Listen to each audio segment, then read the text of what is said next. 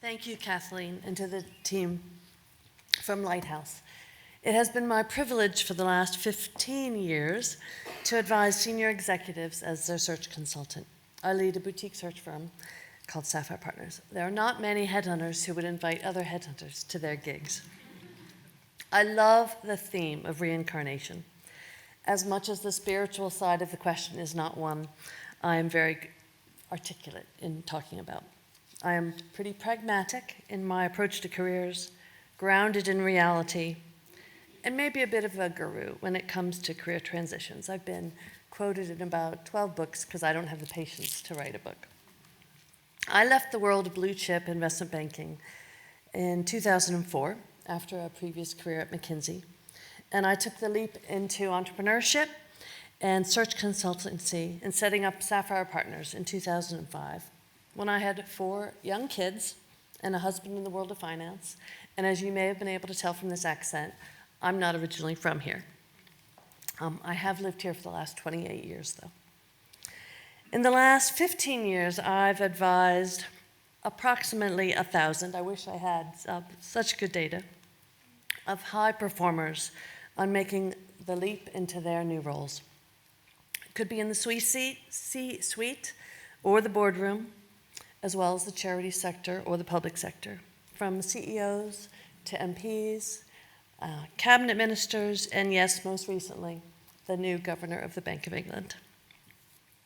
Everyone in this room, even Kathleen, needs to be thinking about your career transition, whether it's next year or farther away into the next decade. Maybe not our friend the monk, but everyone else. Reinventing yourself needs to be on your agenda. This is not optional. The world of work is evolving so quickly, and most sectors are completely different than when they started, and the sector that all of you work in is a great example of that. The tenure of senior leaders in top jobs is shorter than ever, and the pressure is not going to diminish, my friends. I'm sorry there is no recipe, but I am sure that everyone in this room is ambitious and energetic, or you wouldn't be here in Kathleen's orbit.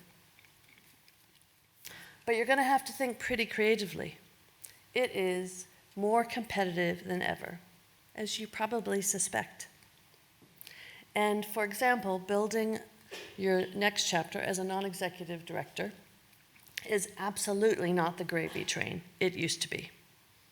Francesca Esseri has given me permission to share that she has been rejected. I proposed the word shortlisted. She said I could use the word rejected 25 times. I know a very, very impressive executive who has gone on to build a very impressive board portfolio. And she was rejected, get this, 81 times. You're going to have to take some risks. You can't just be drawn to your comfort zone and what you know. You have to have a vision of where you want to go, but you also have to be nimble and opportunistic. I'd advise you to have a 1-year plan, a 3-year plan, and a 10-year plan. And of course, they're all going to be wrong, but they're a starting point. A few tips. Please treat others as you'd like to be treated. Or as your mother would have taught you, be nice. Right? Be nice to headhunters when they call. Be nice to former bosses. Leave on good terms. Be nice to your peers and to your underlings. I have a very dear friend who I started my career with on Wall Street named Lori Lindenbaum. And we always send our Christmas cards out very late in our family. And I got an email from Lori Lindenbaum recently. And Lori's sister, Erica, was a very prominent, unbelievably successful architect in New York, and she'd recently turned 60 years old. And in late December, on her walking to work through Midtown Manhattan, at 9 in the morning, a pediment from a building fell and instantly killed her. So when we talk about reincarnation and reinvention, what are we waiting for? So should you be hit by a bus or a pediment tomorrow, which I'm sure none of those things will happen to you, I want to make sure that you're thinking about your mission, your spiritual life, your family and your friends. Make sure you have a financial cushion for a rainy day. If not for you, then for your loved ones.